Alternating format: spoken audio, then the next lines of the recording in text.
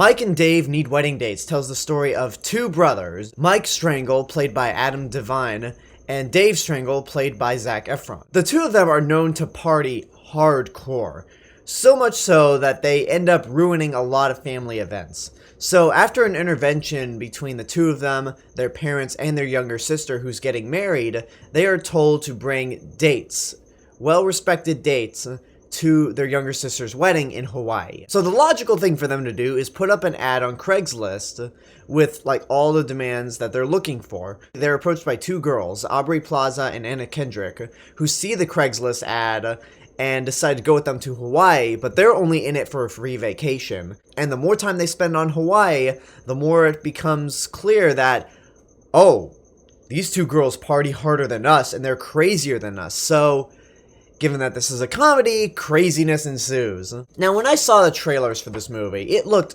awful to me. It just looked absolutely atrocious. I didn't think any of the jokes really worked, and I feel like the whole point of this movie was just, let's just make up something on the spot, and have all these beautiful people together, and we'll have it set in Hawaii. That way they get a paid vacation, and we all get a paid vacation, which, you know, I gotta admit, if somebody approached me with a terrible script and they said, but it takes place in Hawaii, I'd be like, yeah, I'm all for it. Let's do this. So that's what I thought the whole basic idea was gonna be. And yes, I am going to continue the review in this shirt, because, hey, feels nice, looks nice, so let's do it. But before the movie started, I found out that this was actually based off actual event with two actual brothers named Mike and Dave Strangle. And I'm like, wait, what? Wait, what? And the movie even says, based on a true story. Sort of. ... So what apparently was true is that these two brothers actually did send out a Craigslist article asking for dates to take to their younger sister's wedding because the family wants to keep them in check. Now, as far as what else is true throughout the whole movie, I really can't say, but you really don't care about that. The question is the movie funny? Surprisingly, yes.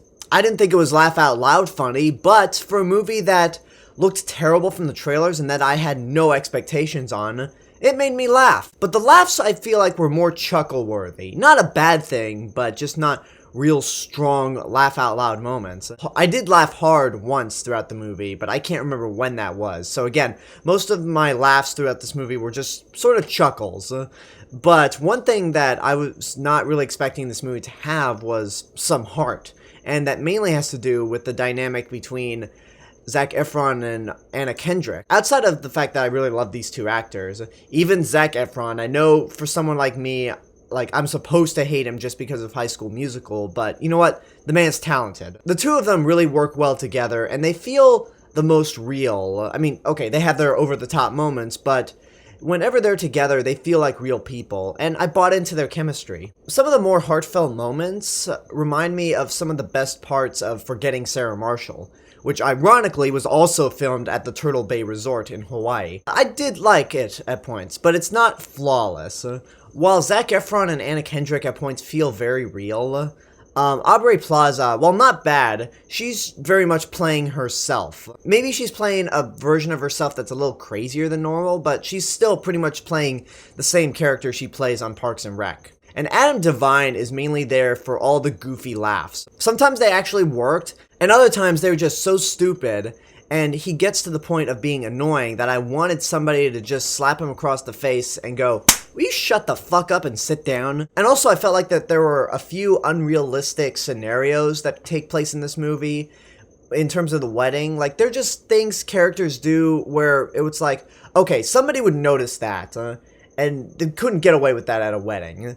And it might sound nitpicky because I know for comedy you have to have these crazy scenarios for comedy's sake, but I feel like the reason I'm giving that argument is because I attended my cousin's wedding a couple months ago, so I guess the wedding scene is still fresh in my head, so I was kind of on the lookout for those scenarios in that movie, going, that would never happen. But regardless of some unrealistic scenarios and some really bad running jokes, the movie did leave me with a good feeling at the end, so I don't give it a strong recommendation. I mean, I'd say it's a good movie. It's just not a great movie, and I don't think it's one that you'd want to go out of your way to see in the theater. I mean, it's that movie where you're at home, you're going through pay-per-view, and you're like, you know what, I'm bored. I'm going to check out this Mike and Dave Need Wedding Dates.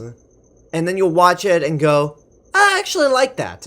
But going to the theater, I don't think it's totally worth it. And that's my review for Mike and Dave Need Wedding Dates. I hope you enjoyed this review. Leave a comment down below and tell me what you thought of this movie, if and when you've seen it. And as always, this is the real Mr. Robinson telling you there is only one.